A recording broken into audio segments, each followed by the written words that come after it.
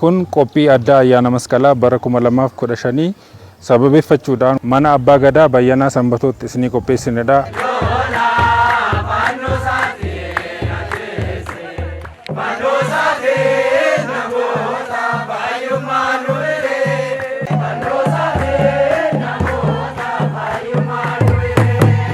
Egaa akkuma argitan egaa miseensonni waldaa duukaa bu'ootaa fi amantoonni kiristaanaa magaalaa Bishooftuu fi naannoo isheetti argaman faarfachaa mana abbaa gadaa Bayyanaa Sanbatootti deemaa jirra.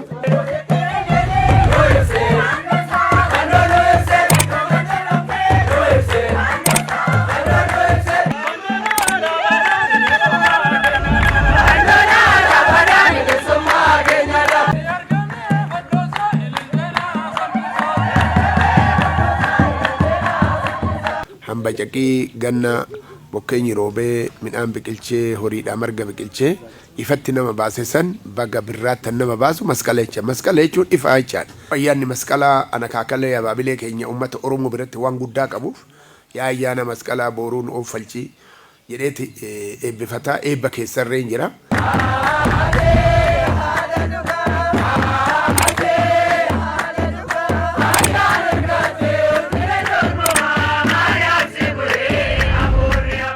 Aadaan fi amantii waliin dhiibu namoota takkumaanii waanuma ofiitti da'atanii deeman malee kuni aadaa gadaan dhiibus moti gadaan waggaa 8 deema gadaan miseensa 5 tura inni walii dabarsee bulchiisa jechaadha gadaan kun immoo amantii keeti akaakayyuun kiyyaa abbaan abbaa kiyyaa ani dhaqqabne waggaa 100 olii hanka'anii kiristaana abboo cuqaalatti ka'anii abbaan kiyyaas akkasii obboleechi sun duukanuma kanaaf amantiin duudhan kun akaakilumarraa dhufte malee arra waan ani uumee moti oduu kana ta'e ani arra ani jibbu kun kaleessa abbaan kiyya akaakayyuun kiyya hin jibbuyyuu akaakileen kiyya hin jibbuyyuu.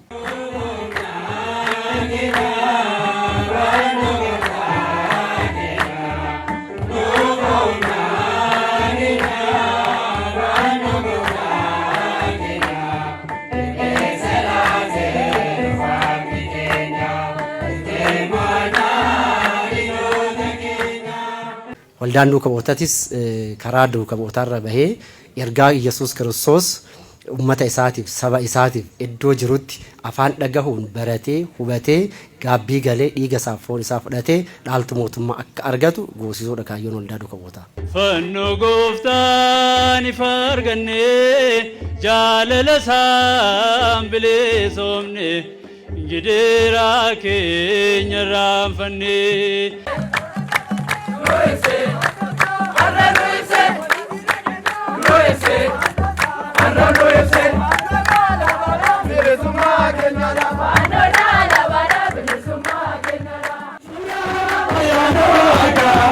Yeah.